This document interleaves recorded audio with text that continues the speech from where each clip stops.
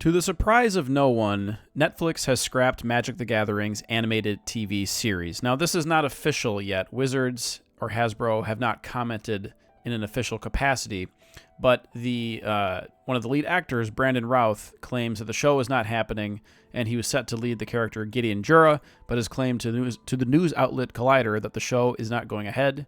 He says, in quotes, "I'm not sure. I did a voice for it. As far as I understand, nobody's put out a press release about it, but apparently it's not happening." That's kind of old news. I'm not sure why it's surfacing again. Not many people are surprised about this. The Magic TV show has been teased for many years. People are kind of, on Reddit, they're just like, considering it's been years ago, nobody should be shocked. Yeah, and people are still disappointed. This is the kind of thing that Magic needs. Like, the crux of this video is going to be me trying to convince myself that Magic could make a good show and could hang with the likes of Pokemon and Yu-Gi-Oh! And all the rest, and even Arcane to a certain level. And then you have Spider-Verse and Castlevania. We'll get to those in a little bit. But Magic could hang with those IPs. It could. There's a lot of lore. There's since 1993, that's how much lore there is for Magic. There's over 30 years. 30? Yeah, 30 years of lore for Magic. Like, it's a lot. Like, you could make it. And actually, they could even make something new. So they could.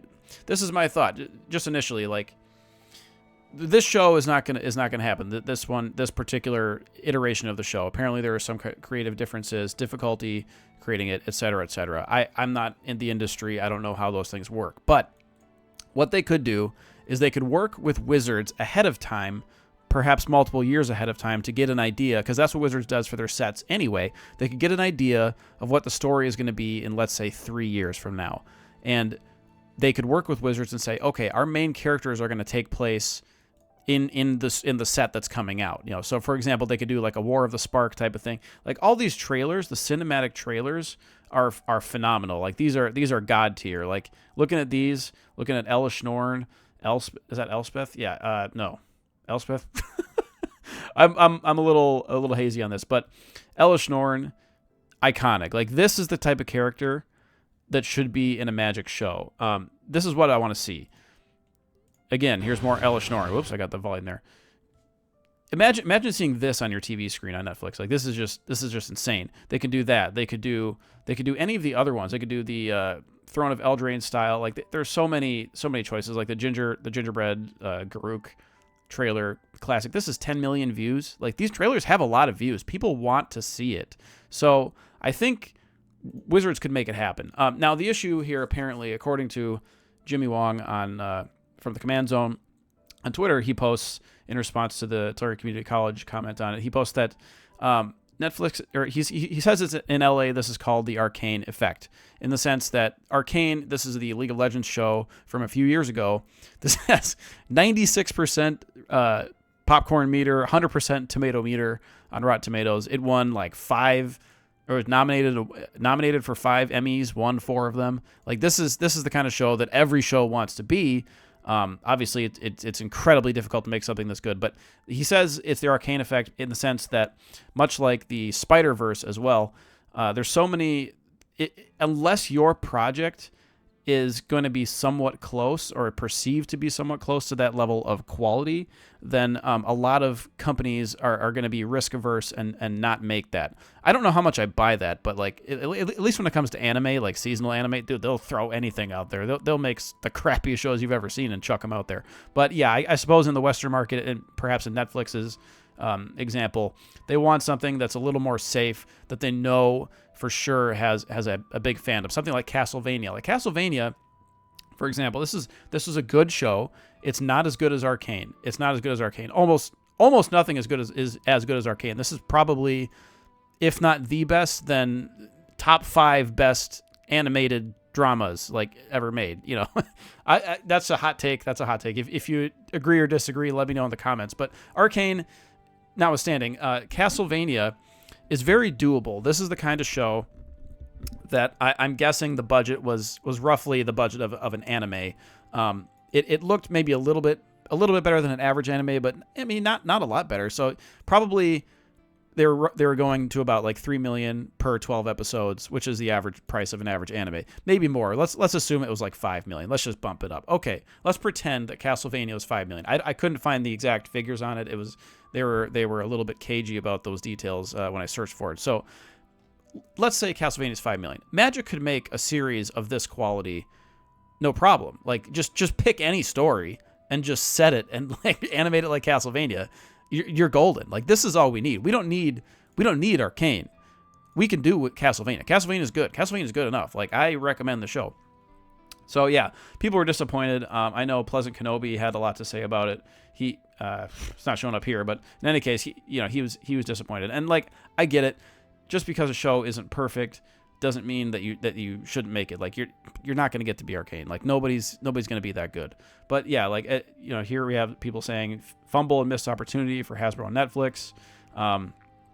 The Wizards of the Coast moment where they could have made their IP become more than just the game, but they did not have faith in it, so they backed off and white labeled the game mechanic to any other IP that would have them. So this also ties into Universes Beyond. So Universes Beyond is Magic's attempt at staying relevant in popular discourse, because we have it doesn't have the same kind of IP cachet as D&D, like Dungeons and Dragons. Dungeons and Dragons had a live action movie, which I'll just type that in.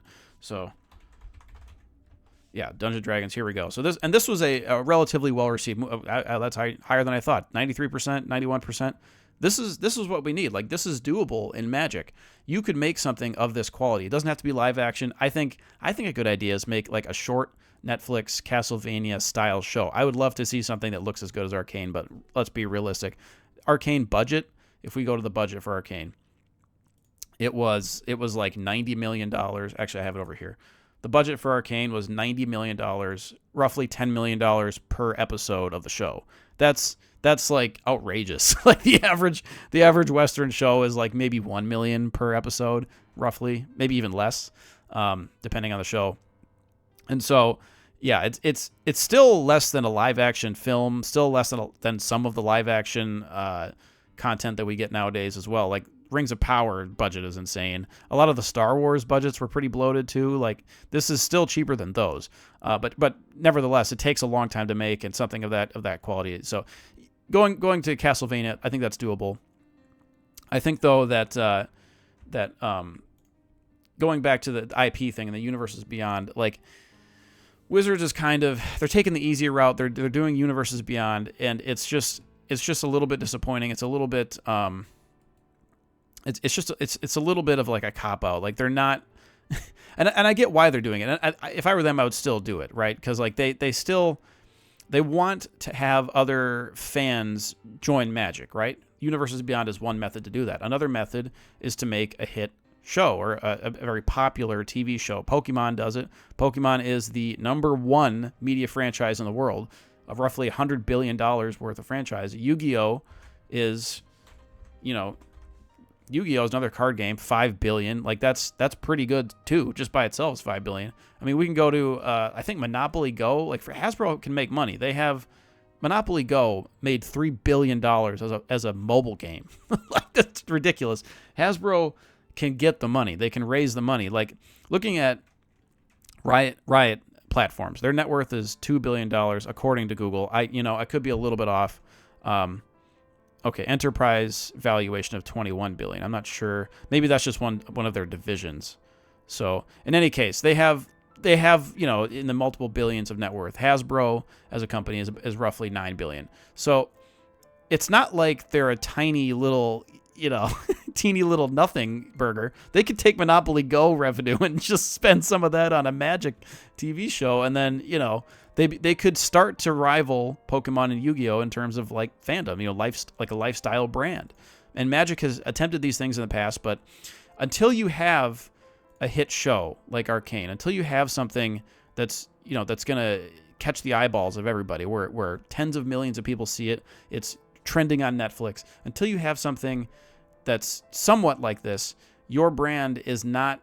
It's going to take too long to get big. And there's so many things competing for everybody's attention that like a Magic TV show, if it were good, a Magic TV show would be would do wonders for the brand, I think. I don't have the exact figures. I'm not a marketing expert. I don't know exactly how much, for example, Arcane made for Riot. I don't know how much it boosted League of Legends sales and merchandise for them. I don't know exactly, but it's recognition by itself. So I think it's really valuable. I think just the recognition is worth it. So looking at Saffron Olive, he says that he is happy that the Netflix show got canceled.